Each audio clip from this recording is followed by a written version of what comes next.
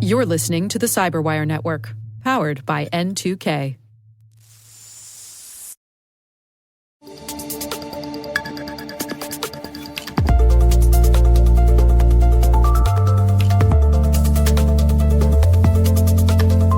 Hey everyone, welcome to CyberWire X, a series of specials where we highlight important security topics affecting security professionals worldwide. I'm Rick Howard, N2K's Chief Security Officer and the CyberWire's Chief Analyst and Senior Fellow. Today, Dave Bittner, the Senior Producer and host of many of the CyberWire's podcasts, will be joining me at the CyberWire hash table to discuss the art and science of pen testing.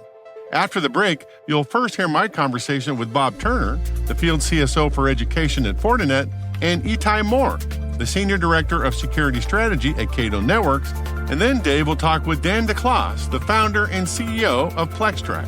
Come right back.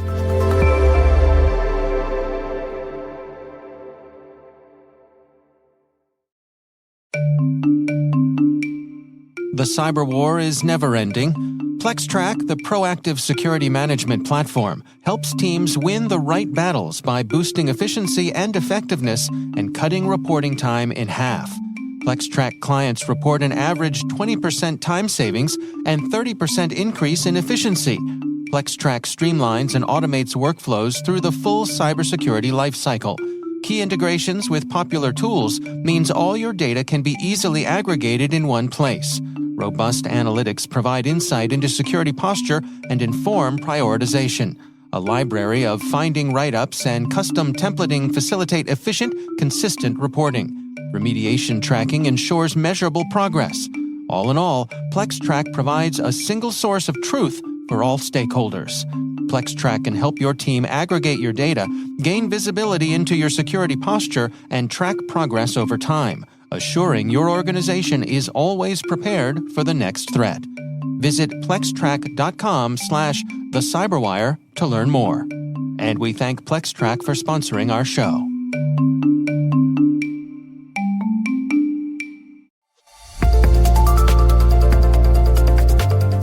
Penetration testing is a vital part of any robust security program, but some security experts feel like the traditional pen testing model is in a rut. Assessments happen infrequently, the scope is often very broad, and the report is usually overwhelming. The question is, what if you can increase the overall ROI of your pen testing program and avoid these limitations? Every penetration test should have specific goals, so I asked Itai Moore, the Senior Director of Security Strategy at Cato Networks, to describe the various ways security practitioners could use a penetration test, and he came up with a unique metaphor to describe the differences. I want to make the distinction between three different functions within a security group, because sometimes I see these three terms being used interchangeably, both in discussions as well as even in job openings. And those are vulnerability scanning, red teams, and threat hunting. So what are these three groups and what do they do? And 2 years ago, roughly, I had to deal with the flooding in my house, so I'm going to use that as my metaphor for today. So vulnerability scanning is like somebody standing outside your house and trying to spray it with water and see if anything leaks in. So that's what vulnerability testers do. They come from the outside trying to get in using known vulnerabilities, Log4j, for example, and trying to get into the house. Red team, those usually are people who are within the organization internally, and they try to break something from the inside and see if anybody notices. So, for example, like if we take our metaphor, somebody breaking a pipe in the house starts a leak. Let's see if anybody can identify that. A lot of the red teaming we see, again, it's very broad, but you'll see like types of phishing attacks or people within the organization trying to utilize an insider, social engineering, and so on. And threat hunting is something a little bit different, and that's when, well, if we go back to the house, you see something, a wet spot on the wall, and you say, okay, let's find out what that is and try to trace it back. So threat hunters will deal with something that already happened on the network and try to trace it back and see where it started from. Again, this is a pretty high-level approach to it, but there are differences between vulnerability scanning, red team, and threat hunting. I would clarify Itai's three ways here, and maybe add a fourth. To emulate adversary campaigns in a blue team, red team exercise, some call those purple team exercises, it's the idea that a pen test team playing as the red team would emulate the attack campaign of some known attack sequence, let's say Wicked Panda out of the MITRE ATT&CK framework. The blue team, the internal security team, would respond to the red team attack sequence, and the two teams would compare notes at every stage. In this way, the pen test is a training exercise for your internal security teams and a way to check the internal defensive posture against a known threat campaign. Bob Turner is the field CSO for education at Fortinet. His previous CISO gig was at the University of Wisconsin at Madison. I asked him about what he did for adversary emulation at the university. Let's talk about how you weight the reason for testing. If you're weighting that on simply a part of your build process, then yeah, that's okay. But I think that you should be thinking about the systems you're testing. And these are just kind of made up percentages, but really sort of a proportion of the way I think of the order of battle, for lack of a better term. I think that half of your penetration testing, if you're doing it, should be targeted at the high value systems and infrastructure as a whole. And this is particularly important in manufacturing, as well as banking, as well as retail. You really need to be able to reveal the weaknesses in your security architecture. So if you're looking at the high value targets, at least half of the time you're doing pen testing, then you're in the right place. I think that 30% of that testing should be aimed at the systems with the vulnerabilities discovered during routine cyber ops, which could simply just be going over the list of known vulnerabilities. Microsoft is famous for putting theirs out, and a lot of the other technology manufacturers are available to do that. So go in, make sure the systems are patched, and then retest those systems. And I call that routine cyber operations because we should be doing that anyway. The last 20% is for those major systems where the testing is being used to satisfy some kind of a compliance program, whether it's the 800-171, privacy rules for education institutions that are handling federal data, HIPAA, FERPA, GLBA, and the rest of the alphabet soup. And then, of course, the privacy-focused regulations, GDPR, CCRA, and all of the other requirements that are out there. And I want to include privacy because when you do the penetration test, you're trying to make sure that the data in that system is going to be handled correctly and remain private. So part of that testing is try to manually go in and see if you can get access to data. And that's a skill that penetration testers have, in my experience, managed very, very well. But guess what? That's also a hacker skill. So yeah, exactly. If the hacker can get into it and your pen testing team can get into it, you probably need to change your access requirements and do something different. I think that it is really more the diagnostic and prevention than it is the emulating hacker skills. Every penetration test that our team ran had a script, and we always made sure that we involved the system owner and let them know what was going on and what the possible outcomes would be. The difference between that and the penetration tester is finding out before the fact what could go wrong or finding out after the fact what did go wrong. That's the difference between the two. Yeah, I think it's a more advanced idea because it's one thing to go in and let a pen test find things, right? It's another entirely, I think, that says, when we see APT-15 hit our networks, we should see this kind of thing happen by our defensive teams and systems. And if they don't happen, that's where you need to fix some stuff, I believe. It ups the realism of your program when you have an opportunity to script out what you think might happen, and you really have to take the entire attack surface and the MITRE chain in effect when you're doing that. Number one, it's because that's how the enemy is getting in, but it's also how to build confidence in your processes and procedures around how to deal with it when it is the bad guy and not your pen tester.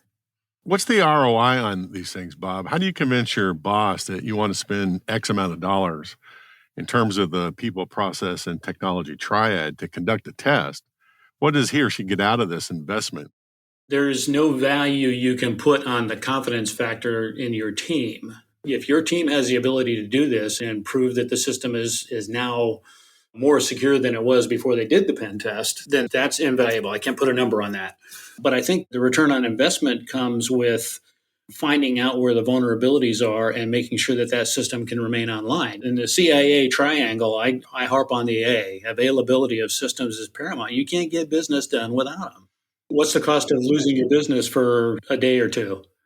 Well, exactly, right. If it's material to the organization, meaning that you have to devise resilient systems that can stay up regardless of what happens, either some horrible failure in the IT system or power, or APT-15 comes in and causes you to have a bad day. All of our systems have to handle that kind of thing.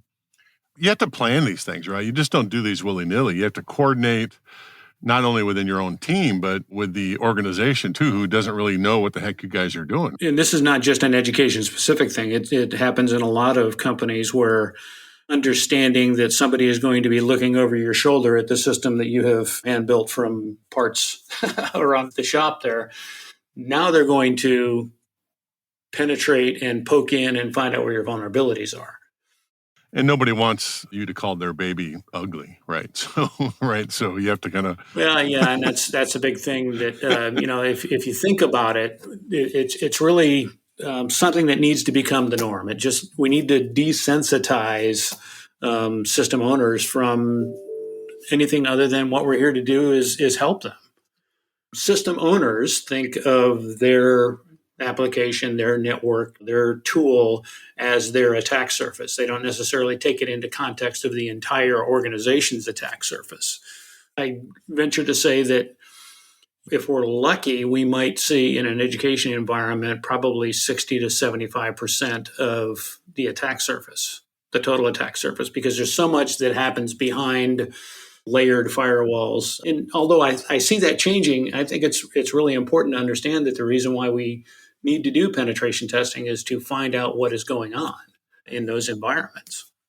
So that's one reason you might do it, right? It's a discovery process because, people are installing stuff all the time, taking stuff offline, replacing it with stuff. So that's one of the benefits you get by just going to an area you're not sure of. And it's also think about the pace of updates and changes that happen into operating systems, cloud applications. And again, another survey I was reading is something about 44 to 50% of education cybersecurity teams lack confidence that all systems are updated and patched. And I would say that number is probably skewed a little bit low. So you're going in, releasing the dogs to see if they can find anything you didn't know about. Characterize it as, every time you perform a penetration test, it actually becomes a platform for learning more about your technology stack and your campus networks. It's really perspective oriented. When a system's first placed in service, pen testing provides that final check before live data is applied. I call this an extension of whatever your GRC related testing and documentation contains. I think the second one is periodically testing those high value information systems. You're actively pursuing any adverse findings you find out of that first round of testing, then you're promoting confidence in using the system and penetration testing more as a gateway to providing that mythological continual cybersecurity assurance. Well, you mentioned GRC systems. That is essentially checking to make sure you're in compliance with the various laws that your organization has to follow, laws and regulations. I think the R is the important part of that particular acronym, and that's just the risk management. If you're doing that pre-incident, then if you ever get into the post-incident phase, returning that information system back to service with a clean bill of health is the ultimate power in doing that penetration testing. You really will know when it's ready to go, and you really will know by doing that penetration test whether you've fixed all the problems. So, Bob, we've been yakking for a few minutes now. Any last words of wisdom about pen testing that you've gleaned in your historic career? What can you tell newbies about this that they should know before they launch into this kind of thing? Penetration testing is intrusive. It requires participation not only from the team and the testers, but also from the system owners. And again, the planning of the test, conducting the test, and reviewing and analyzing and acting on the results is great. This is not a gotcha test. This is we're working together to see if we can make the system better. Absolutely. I think that we have to be careful because the skills that are necessary to mint a top-notch pen tester are also the skills that could attract a higher price tag outside of education. And I think education needs to worry about that. You have to really be able to think of the tester as a complete human who is very smart, and you need to make sure you treat them well and give them the experiences that are going to help them grow, or you're probably going to pay significantly to replace them at some point.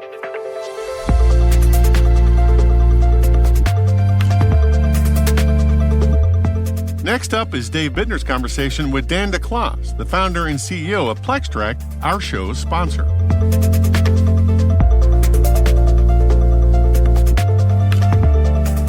Today we're talking about this notion of shifting left and around the idea of threat-informed pen testing. Can we start off with some definitions here? I'd love to get your take on how do you and your colleagues there define the whole notion of shifting left? Yeah, so how we define it and how we speak about it to our customers and in conversations in the industry really is, are we doing everything that we can in a proactive measure to prevent as much as possible or as deep of an impact from a breach or an event that causes downtime from a malicious activity, related to a cyber attack or something like that. So it's are we shifting left in how we approach our responsive measures, our security controls that we have put in place, and the technical capabilities that our team has to be able to prevent or detect as quickly as possible. So in the biggest context that we refer to that in is related to our proactive security testing, namely penetration testing and tabletop exercises, all of the security controls and the technical expertise that it takes to try and identify where your gaps are in your environment or your applications. Are you taking as proactive of measures as possible to prevent any of those nefarious activities from happening in the first place? Clearly, that is that's what we would call like a BHAG, right? It's always going to be a matter of when, not if, related to getting breached in some fashion. But yeah, so shifting left is really, have you done all of the proactive measures from a testing perspective, from an identification perspective of what are your gaps to identify these key areas that an attacker could get in, and preventing as limited blast radius as possible when and if that event does occur. And how does an organization kind of calibrate how far left to shift? I could imagine you want to be in that sort of butter zone, not too far, not far enough. Yeah, exactly. I mean, the butter or the Goldilocks zone. I mean, I think in terms of that's really going to depend on the maturity of the organization, right? I mean, we're all aware of the fact that security itself is a marathon. It's a journey. It's not a sprint. It's not something that can be solved overnight. And so there's always a progression. So that's where the notion of trending really plays an important factor. Start with what you can do today. And then, compare yourself to where you were this time last year or this time last week. And are you making progress? And I think that's what's most important. And that's even, how we as professionals can stay healthy and sane, right? Is that, hey, we know we're working on the right things and we're making progress. So I don't think that there's a true litmus test for like, are we doing enough or not? It's more, have we been able to make progress in what we were doing last week or last year or last month, right? So. I think most folks who are listening to us are certainly familiar with penetration testing, but I'm curious for your take on where do we stand right now when it comes to pen testing? What's the state of the industry when it comes to that? Are we where we need to be? I would say not yet, right? And I think what the awareness is really, where the awareness is really growing is that there is a capability and a way to do this in a more continuous fashion and to have a true program around it, and that it is a vital and robust part of your security program. And so, the I would say kind of the traditional or maybe even archaic way to view penetration testing is we do this once a year and we just give carte blanche to the testers and let them go at it for a few weeks or even a month or maybe more, and then they finish that up and then they deliver us this report that's really, really long and and has a lot of findings or a lot of, security holes that we need to fix. And we have to figure out how to prioritize them. We do the best that we can, but then we kind of move on with our day. And then the next penetration test a year later rolls around, and they may find some additional things. They may find some things that didn't get fixed, they might find some things that did get fixed. But at the end of the day, there's not a whole lot of progress there. And I think that's the old kind of way of thinking about penetration testing. Where the industry is continuing to shift is a more continuous mindset, knowing that these are very valuable assessments, but they can be expensive if we don't come at them with a more programmatic approach. So the ways that people can do that is, one, being more specific in what we're testing for on a regular basis, and either bringing some of that capability in-house or working out, arrangements from a continuous fashion with your service providers to say, hey, every month we're going to do something like this, and we're going to test these things. We want to know how we can incorporate these types of threats that come in, periodically throughout the year, and really make sure that we're honing in on the true gaps and fixing those first and making progress. So in terms of the way that the notion around penetration testing is transforming, is it's becoming much more continuous and much more accessible. We have platforms that can do automated testing. We have much more training opportunities for individuals to do some of this work on their own. And then more and more companies are bringing a lot of these capabilities in-house, so that there is a notion of, we have our internal team that's doing the continuous approach, and then we have our external team that is going to be a fresh set of eyes. They're going to have that more periodic and global view of our environment.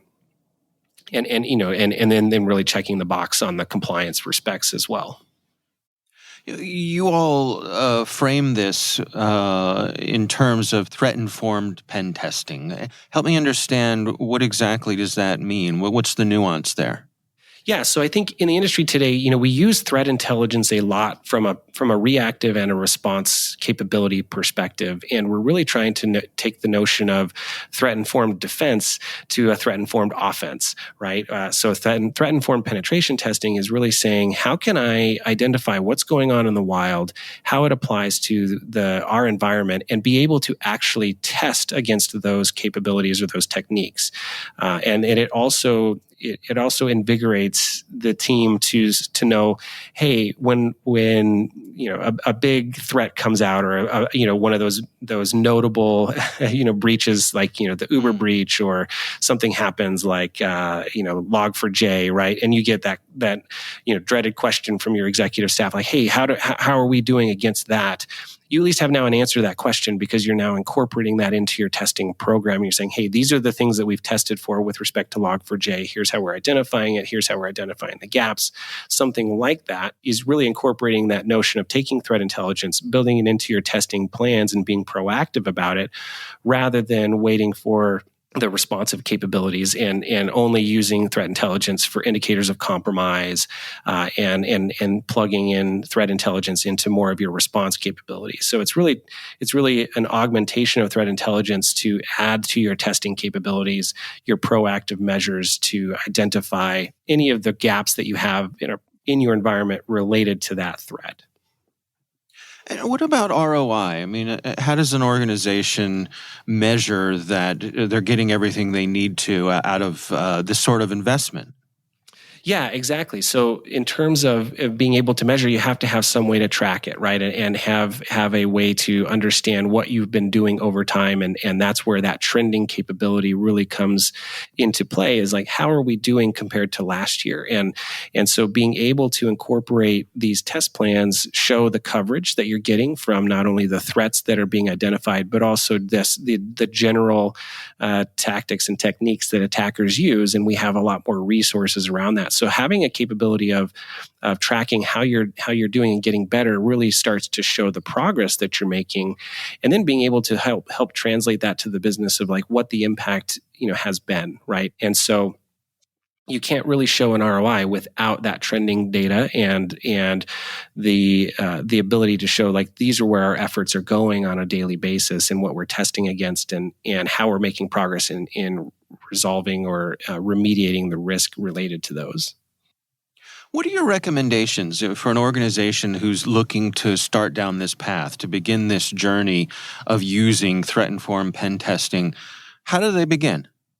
Yeah, exactly. So I would say, we have a lot of resources on our website at plextrack.com, but also MITRE ATT&CK framework is a great place to start, or from the OWASP Top 10 are great places to start, just from like an idea of like, these are the common techniques and tactics that attackers are using, and starting to build out your own test plans. You can grab test plans from these organizations as well, and specifically related to individual threats, particularly on the MITRE ATT&CK framework. You can highlight, these are the threats that I want to test for, and they have their threat emulation plans. And then, staying in touch with, in tune with kind of the free threat intelligence feeds that exist out there, you can start to say like, okay, I'm learning a little bit more about what the attackers were doing in this type of a breach. And so I'm going to take some of those techniques and then incorporate them into my testing in my environment. Now, the biggest thing is, how do I do that? How do I actually do the testing?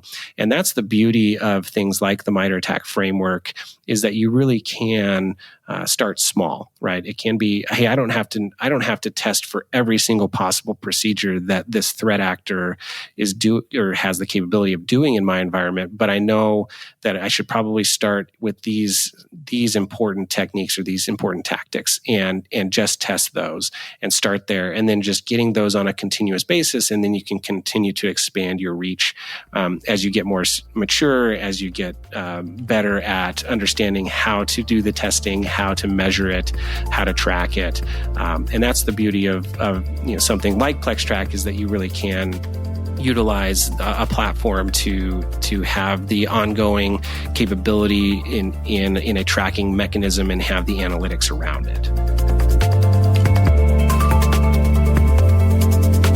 We'd like to thank Dan DeClaus, the founder and CEO of PlexTrack, Bob Turner, the field CSO for education at Fortinet, and Itai Maurer, the senior director for security strategy at Cato Networks, for helping us get some clarity about pen testing and making it work for us. And we'd like to thank PlexTrack for sponsoring the show. CyberWire X is a production of the CyberWire and is proudly produced in Maryland at the startup studios of DataTribe, where they are co-building the next generation of cybersecurity startups and technologies. Our senior producer is Jennifer Ivan. Our executive editor is Peter Kilpie.